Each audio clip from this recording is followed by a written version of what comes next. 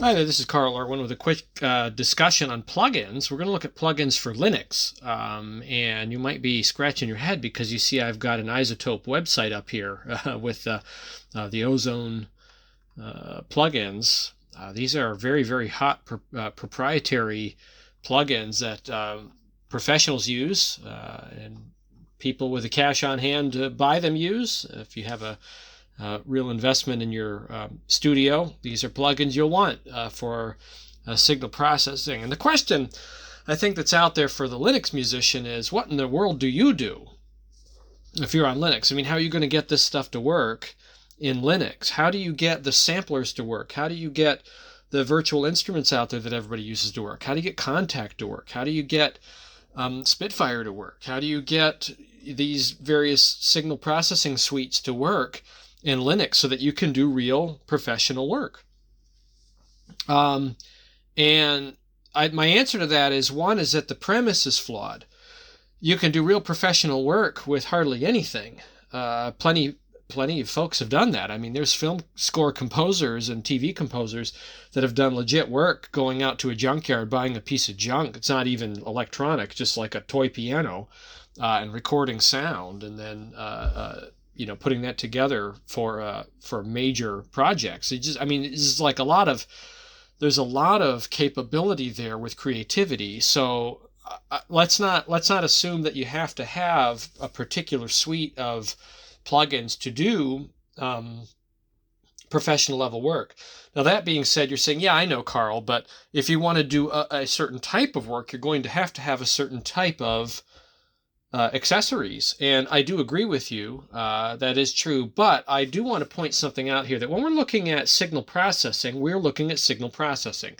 When you buy a proprietary application like this, you certainly get what you pay for. You're getting an organization, an aesthetic to it, a graphic user interface, something that has been organized logically with the appropriate controls where needed to do signal processing where you need to do it.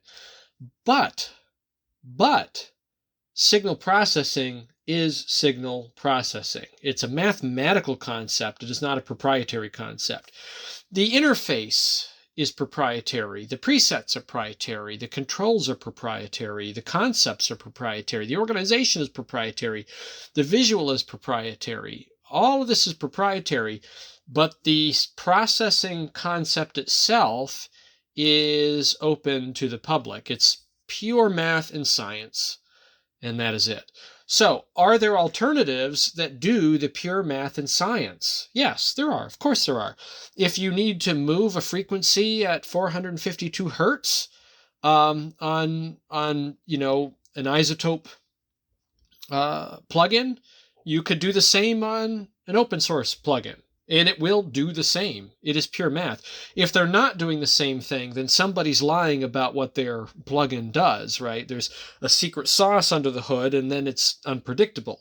There's no secret sauce under the hood. It isn't unpredictable. The whole point is that the plugin is predictable. And when it says you're doing something, you're actually doing that.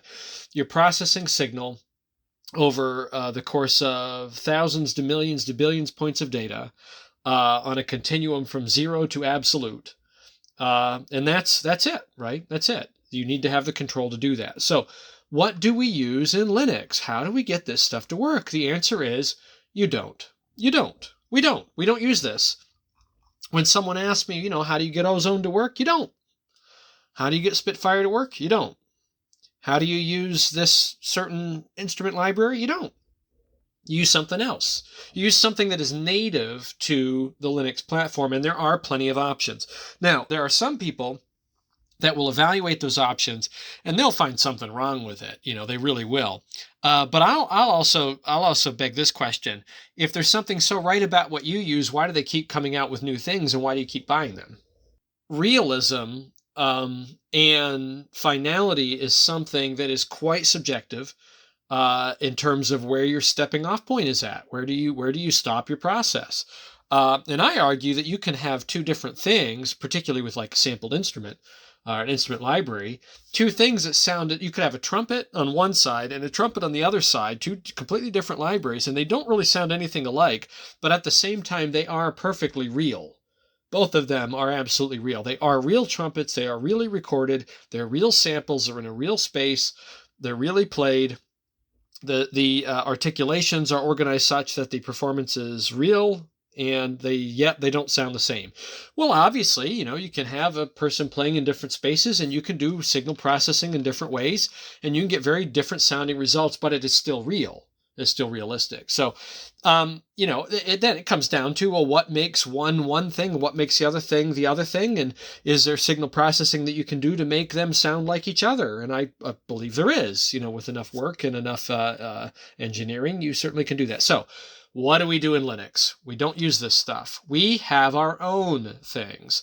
I once saw somebody in a forum talk about people that do music in Linux, and they said, first, they set up the premise that they themselves have used Linux for many years, and they still persist in Linux for a lot of their day-to-day work, but they don't use it for their audio. And they said that people that do use it, they're just lying to themselves. They're really just secretly frustrated. They don't really know what to do, and they're lying to themselves about the quality of their work. Well, this person obviously has some poor vision, because I don't feel that way at all. I know exactly what to do. I know what to use, and I know that it is accomplishing the identical thing that a proprietary piece of software is doing. So I don't know what that guy's talking about. So let me show you what we use. Okay. First of all, we'll go over to the repositories. This is a KX Studio repository. This is actually a distribution for AV, and people don't usually use the distribution. The distribution is kind of old, but the repositories are upheld, and people install the repositories. You'll see that there's a bunch of plugins on here. Some of them are samplers, some of them are synthesizers, some of them have graphic user interface, some of them do not.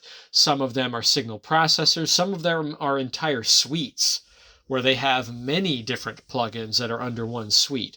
You see the list is quite large, and this is by no means comprehensive. These are just very popular plugins. So we're not at a loss for plugins. And some of these are very old and long-standing, and some of them come out, every month there's something new, right? And this changes too, by the way. There's always things coming in, going out, things that new projects start, new projects or old projects die, projects are forked. That's the nature of open source. Let me go through some of these are, right? You see some of them don't have a graphic user interface. Some of them are just coded under the hood. There are proprietary projects that are like that. There are studios that have proprietary code-only plugins. It's just coded. There's no graphic user interface, and they do amazing things, and no one can get their hands on them because they're proprietary to the studio, right? Don't let that fool you. But there are some things that have quite an aesthetic beauty to them and are very well organized. So let's look at a few. Number one is an old, long-standing one is CAF Studio Gear. CAF Studio Gear, they have instruments and tone generators. They have samplers for sound fonts and for wavetables. They have an organ synthesizer and a monosynthesizer. So they have polyphonic and monophonic. Just four different options there in terms of sound generation. Depending on your sound library and your sound fonts, right? It uses the fluid synth, which is something that we use in it's an under the hood synthesizer for Linux, and this is a front end for that. There are modulation effects. Obviously, you have various kinds of phasers, chorus, modulations, flangers, various kinds of guitar type effects. And these the user interface is just great. I mean, these have been long standing. They're skinnable. You can change the appearance of them. They stand right up next to some of the most professional, proprietary, expensive plugins that you can find. And this is what we use. This is Linux only. I mean, we have our own that we use. And our format is different. We use LV2. We have our own VST as well. We have a couple of others, kind of older formats, but LV2 is kind of the main one. They have delay effects, reverb effects. There are various kinds of dynamic compression effects, gates. We can do sidechain compression, multi-band compression. Again, it's skinnable, right? You can change the looks. Quite a few here. There's limiters. We have other kinds of filters. various filters as a vocoder, various equalizers and various kinds of bands, and different configurations of bands, an envelope filter. We have distortion effects, again, like these guitar kinds of effects. There's a tape simulator, saturation, mechanical simulation, vinyl. And then there's also analysis tools, right? We have other kinds of analysis tools that you can use to understand your signal. Look at all these. I mean, this is just one suite, and these are all individual plugins. So that's one suite. It's been around forever. Hasn't really needed to be updated. It just is what it is. It's high functioning and has a lot of control. A lot of these things can be automated depending on the digital audio workstation that you're using them in. Another suite that we use, and just by using one or both of these suites, you really cover the gamut. You don't really need to go much further than that, is the Linux Studio plugins. And this is a very beautiful set of plugins. It's got a flat user interface, which is very current. And I mean, what don't you have? You have everything here. You've got signal processors, everything that's on the list before. You also have a number of reverb possibilities. There are, this actually has, let me see if I can find it here. There's a room builder where you can put in a 3D model. You can create one, or you can use one of the presets they have. You place it in there, and then you set the type of microphone that you're going to have. You can put it in a place. You can put a sound generation. You can set the type of sound generator and sound source that you have, and then you can create impulses from this, impulse files for convolution reverb. And the reverb works directly from the plugin. You don't have, it just doesn't make them. You can actually run it from there. But then there's another convolution reverb plugin, completely separate from this, where you can either get convolution reverb impulse files or create your own and then import them in. So this is the LSP plugin set, and this is everything. I mean, this is just incredible. I find projects where this is the only thing I use, and maybe I'll grab something from the CAF Studio gear. But between these two, I mean, we don't really need much more than that. We have everything covered that you would typically find in one of those very high-end proprietary suites is right here, and it's all open source, very well developed, very well maintained, big community base, highly reliable, easy to install, easy to maintain, multiple repositories keeping things current, and it's free. And it's Linux only. I mean, you can't use this if you're not on Linux. I mean, we have things that other people can't get. And again, it's just signal processing. It is pure mathematics. Pure mathematics. Whatever you're doing in here that you would be doing in a proprietary plugin is identical. It is the same. Okay. Another older one, Tap. Ugly as sin. This is an older format, but these are really, really great plugins. Particularly, it's got a convolution reverb plugin with some preset impulse files that are in there, and a huge array of presets that can all be tweaked. And I use this one a lot. So the Tap plugins, it's Tom's audio processing plugins, right? Guy named Tom came up with this. This stuff has been around for a long time, and we've been using this one for quite some time. It's again, it doesn't have a lot of graphic user interface. A lot of the plugins don't have any, so you'll use whatever the digital audio workstation creates for your interface is what you use. We also have special plugins. This is just a reverb suite, Dragonfly Reverb, and Linux users know this one. There's multiple types of reverb that they have, different plugins that they have, and these sound really, really great. You can either use them straight away, or what I like to do is I like to use them to create impulse files. So I'll take a sound, I'll run it through the reverb, and then I'll create my own impulse files that I can use in convolution reverb, and I create a library from that. So this is a really, really well known, and there's many specific suites like this where it's just kind of a one-trick pony thing, right? Whether it's a sampler or a synthesizer or some kind of effect. We have so many projects like this, and this is one of them. Again, open source, right? You can, and this is even cross-platform, so people on Mac and Windows know about a few of these things because they might be using them as well.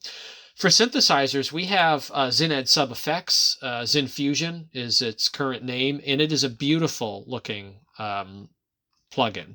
It just has a lot of really, really great graphic user interface screens, various windows. It's very complex. It's got a lot of control, and the number of presets that are in this is just enormous. I don't think, honestly, it's the only synthesizer you need. I mean, if you just wanted to have one in Linux, this would be it. And obviously, there are other synthesizers that are like that in proprietary land, where you only need one, right? Speaking of one, VCV Rack. Obviously, this is also Linux native as well. But people in professional work use VCV Rack, but this is an open source project. This is a freely available open source project that you can use on Linux for sound generation. And I remember one composer, I won't use the name, but I remember one composer talking about all the gear that they had, and this is a major film composer, talking about all the gear that they had in their studio, vintage gear, and he said none of this, hardly any of this stuff ever gets into projects. Really, when it comes down to making sound generation, he goes to VCV. He does it all within the machine, and it's an open source project. It's a freely available project that's got open source forks on it in development. So VCV Rack. VCV Rack is a Linux native, and we use it too. For samplers, one of the big ones is SFizz. This is an SFZ player. So if you have an SFZ library, and we have quite a few libraries, I'm not going to get into all those libraries. I shared a few of these libraries. Someone was inquiring on one of the big audio forums recently, and they were asking, well, what do you use? And I said, well, this is what we have. And I gave them a few different libraries. And they said, yeah, well, I don't know. They said, I don't like that sample, and I don't like this sample. And it's like, come on, man. If it's a real instrument, you can always do signal processing on it regardless of what the samples are. You can get realism from real samples if you sequence them properly. So this is what we use for our SFZ libraries. And it has crossfade capability. So if you have crossfaded velocity layers in your library, like Virtual Playing Orchestra does, that's one of the big ones that we use, or Vercillion Studios, you can use that control on here. Everything is automated. You can automate anything from a digital audio workstation if you have that capability. Very, very powerful. We use this for those. You can create SFZ libraries and SF2 libraries, and I've done quite a bit of my own library creation using Polyphone. Free, open source project. I believe it's open source. It's certainly Linux. And it's free. It's cross-platform, apparently. Actually, you can get this in other places too. But I use this for my sound fonts and my SFZ libraries that I make. So I sample my own instruments. I mean, talk about power. I can make anything as real as I want to if I take the instrument, record the samples, and make the library. And I do that all the time. So what can't we do? The question isn't what can we do. The question is what can't we do. We can do anything we want. Anything we want, okay? We have the tools to do it. Polyphone is one of those editors that we use to do it. That's pretty much it in a nutshell. There's so many more, but these are, with just a few of these things that I demonstrated here, you can do top-notch professional work. Not entry level, but top-notch professional work. Just to kind of demonstrate a little bit here about what I'm talking about, I've got a project here, and all of my effects have been disabled. This is just the Muse sound output, and it's completely dry. There's no reverb, no signal processing. All I did is I separated my sections. These are stereo recordings of each section with a sub bass down here for the strings. And I'll just play a little bit of this, and then we'll look at some signal chain processing in the mixer.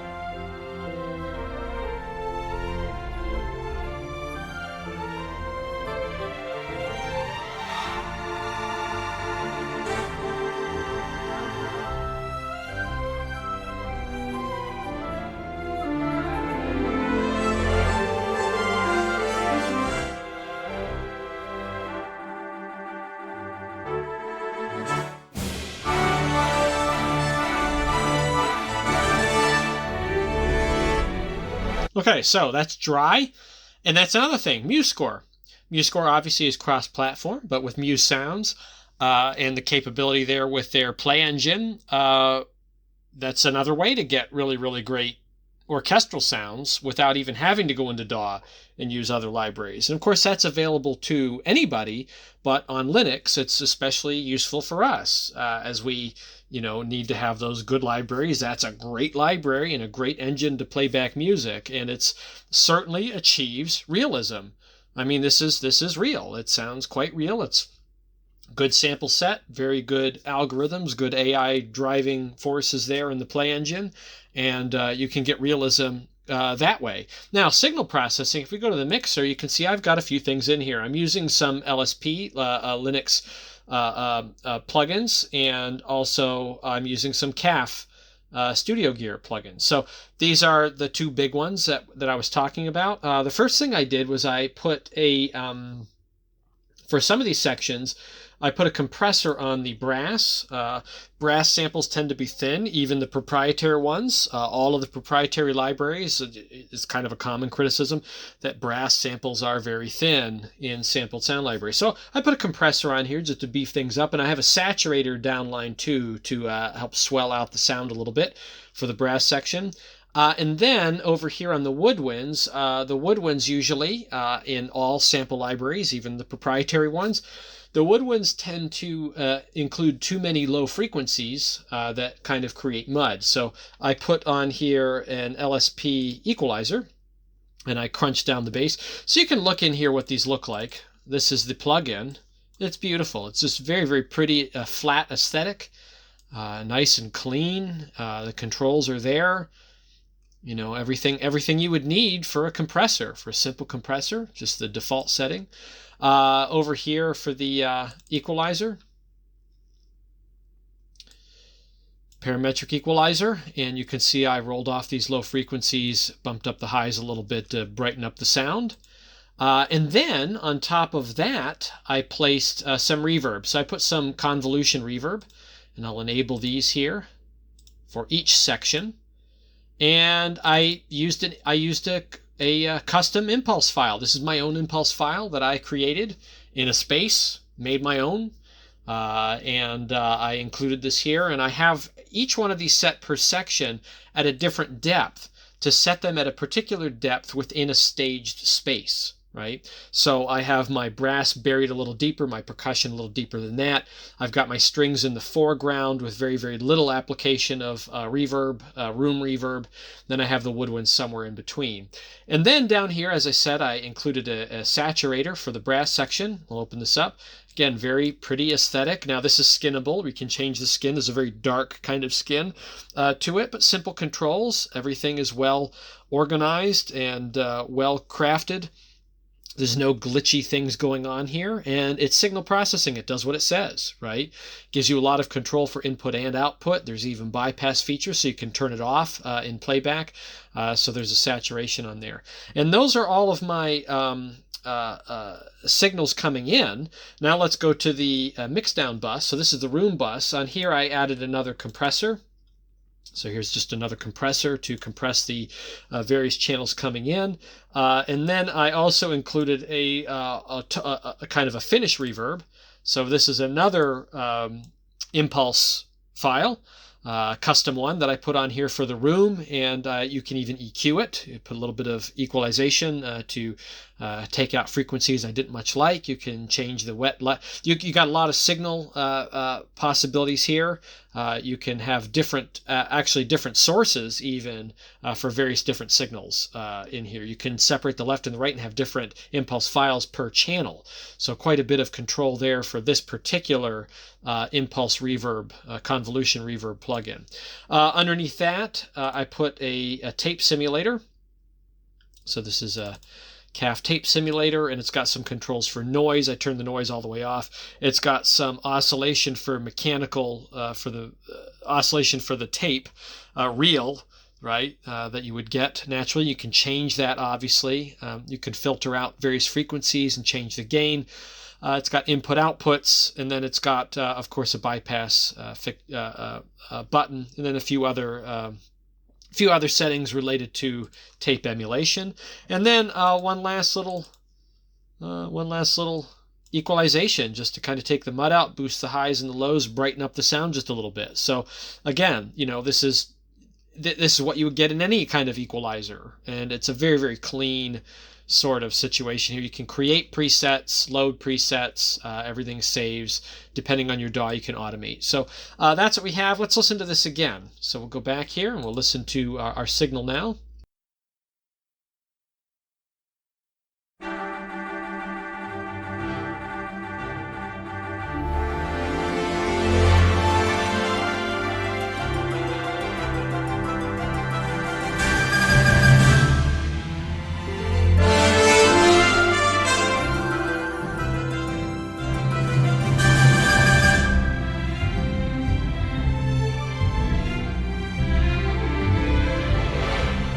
So you can generate, whatever kind of edge that you want. You can process the signal any way that you want. You can make it as drastic as you want. You have all the controls here in Linux that you do anywhere else. There's really no difference. Again, what we're talking about is signal processing. It is pure math.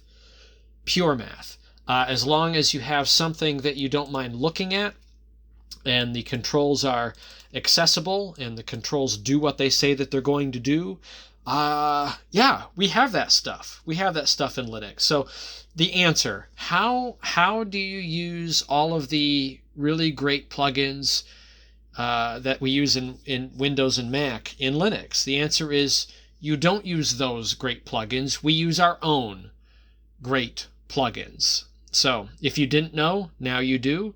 If you're on Linux and you've been racking your brain about how to get your favorite plugins from the proprietary land onto your system here through various kinds of emulation, don't do it. It's a fool's errand. Don't bother with that. There are plugins meant just for you, just for your operating system. Go investigate those. You'll be glad that you did. So anyway, in the future, I plan to look at these plugins and examine them a little bit, just to kind of show how they can be used, what some of the basic controls are, maybe what some of the presets are, some of the tricks that I do in my own kind of mixing. And this isn't, look, what I'm doing here isn't necessarily what I would always do. I just set this up for the demonstration. There's a lot of possibilities in terms of chaining here. There's just kind of some typical choices someone might make using these tools that I talked about. So a lot of options out there, a lot of possibilities. In the world of Linux, it is not limited. It is entirely unlimited what we can do with the tools that are available to us. So anyway, good luck with that. Happy composing, happy mixing.